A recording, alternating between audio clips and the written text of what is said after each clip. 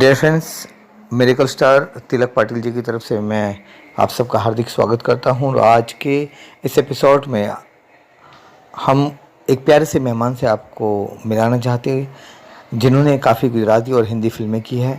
नाम है उनका श्रीमान श्री गोविंद भाई साकरिया जी। तो आइए रूबरू होइए गोविंद साकरिया जी से। Welcome sir. Hi, I am Govind Sakaria, Hindi Gujarati film director. मैं आज आपको ये कहने जा रहा हूँ कि ऋषि कपूर जी की जो अचानक डेथ हुई वो सुनकर जानकर बहुत बड़ा दुख हुआ, क्योंकि मैं 1992 में जब एक फिल्म बना रहा था हिंदी गुनाहों का मंदिर, और ऋषि कपूर के साथ काम करने का एक मौका था। उन्होंने हाँ भी बोल दिया था। और संजीव कुमार जी के मैनेजर जो थे जमुना दास जवेरी, और उनकी मेरी और ऋषि जी की एक मुलाकात भी हुई थी। लेकिन जब मैं म्यूजिक कर रहा था, मेरा म्यूजिक डायरेक्टर था सी अर्जुन। 2 गाने रिकॉर्ड हो चुके थे, तीसरा गाना रिकॉर्ड करने हम लोग जा रहे थे। इसमें सुरेश वाडेकर जी की आवाज़ लेने को फाइनल किया था, उनसे गाना गवाना फाइनल कर लिया था। अचानक मुझे ख्याल आया, विनोद राठौड़ जी, उषा मंगेशकर और सबने गाया है, तो क्यों ना मैं एक नई उभरती आवाज़ लूँ। तो सूरत में मेरे अच्छे दोस्त थे विजय पाटिल, जो बहुत अच्छा उम्दा गाते हैं, सुरीली आवाज़ है। तो मैंने उनको बुलाया और सी अर्जुन के साथ रिहर्सल सेटिंग सारी बातें हो गई, गाना रिकॉर्ड करने जा रहे थे। उसी वक्त सी अर्जुन की भी डेथ हो गई। तो वो प्रोजेक्ट मेरा लंबा खींच लिया, करते करते वो प्रोजेक्ट मेरा बना ही नहीं। दूसरी बात कि विजय पाटिल और मेरी जो दोस्ती थी, तो हम दोनों एक साथ काम नहीं कर पाए। समय अनुसार, संजोग अनुसार, ईश्वर की कृपा कुछ और होगी। लेकिन आज उनका बेटा बहुत अच्छा सिंगर है। मैं ऊपर वाले से दुआ कर रहा हूँ कि ऋषि जी, मैं, विजय पाटिल, ना विजय पाटिल उनको आवाज़ दे पाए, ना मैंने विजय जी से गवाया, ना हम साथ में ऋषि कपूर और काम कर पाए। तो मैं ऊपर वाले से दुआ कर रहा हूँ कि रणवीर कपूर है, आज नहीं, कल नहीं, परसों नहीं, साल के बाद भी ये जब तिलक प्लेबैक सिंगर बन जाए, तो मेरी एक इच्छा अधूरी है कि विजय पाटिल आवाज़ नहीं दे पाए, तो तिलक पाटिल उनके फिल्म में उनको आवाज़ दे और उनका गाना रिकॉर्ड करे। और मैं ऊपर वाले से दुआ कर रहा हूँ और उम्मीद कर रहा हूँ कि उनको चांस और ब्रेक ज़रूर मिल जाएगा, उनकी काबिलियत से मिल जाएगा। ना विजय पाटिल की ज़रूरत पड़ेगी, ना मेरी ज़रूरत पड़ेगी। इतना बेहतरीन अच्छा लड़का है तिलक पाटिल, और मैं विजय पाटिल के साथ हूँ। विजय पाटिल और मैं अपने भतीजा है, मैं उनको भतीजा बोल रहा हूँ और दुआ कर रहा हूँ कि अच्छा प्लेबैक सिंगर वो बने। मैं चाहता हूँ वो पंक्ति एक लाइन में गाकर सुनाए और ऋषि कपूर जी को श्रद्धांजलि दे, ताकि वही गाना ऋषि कपूर के ऊपर फिल्माने वाला था। डियर फ्रेंड्स, मैं शुक्रगुजार हूँ मेरे प्यारे दोस्त गोविंद साकरी जी का। उन्होंने मुझे 92 में, मतलब करीबन आज से 28 साल पहले, इतनी प्यारी अपॉर्चुनिटी दी थी। ये मेरे सौभाग्य नहीं थे कि मैं बॉलीवुड में एंट्री कर सकूं। तो कोई बात नहीं, शायद भगवान ने ये अपॉर्चुनिटी इसीलिए बाकी रखी थी कि वो मेरे बेटे को कुछ बनाना चाहते हो। मैं ऐसी उम्मीद में अभी भी तिलक के लिए कुछ करना चाहता हूँ। तिलक भी काफ़ी मेहनत कर रहा है और आप सबके आशीर्वाद हैं और मिलते रहेंगे, मुझे उम्मीद है। जैसे गोविंद जी ने बताया कि सी अर्जुन दादा ने मुझे कुछ रिहर्सल करवाया था, मुखड़ा ही हमने किया था हालांकि, और उस मुखड़े को गोविंद जी की फरमाइश है और मैं अपने सच्चे दिल से ऋषि कपूर साहब को ये श्रद्धांजलि के तौर पे पंक्तियाँ सुना रहा हूँ। हालांकि ये प्लेबैक नहीं हुआ मेरे ज़रिए, ये मेरे दुर्भाग्य है, कोई बात नहीं।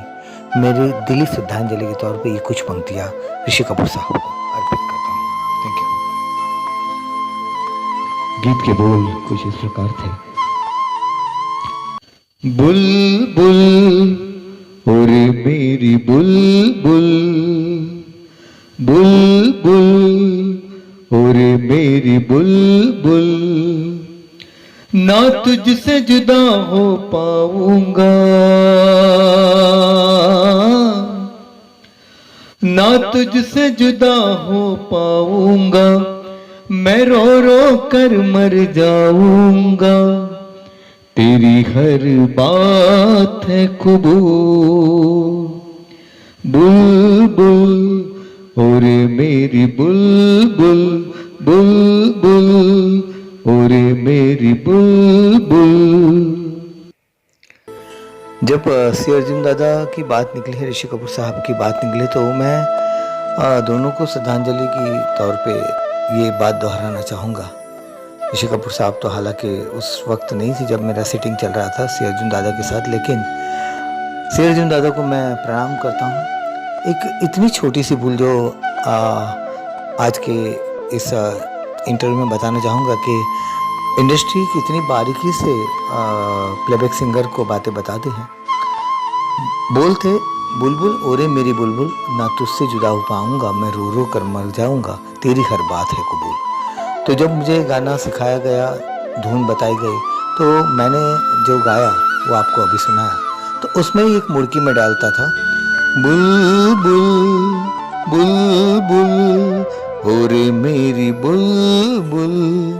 तो मुझे श्री अर्जुन साहब ने बड़ी शिद्दत के साथ, इतने बड़े संगीतकार थे, लेकिन उन्होंने बड़े प्यार के साथ मुझे बताया कि आप किसके लिए गाना गा रहे हो। तो मैंने बताया कि मैं हीरोइन के लिए गा रहा हूँ, हीरो की तरफ से।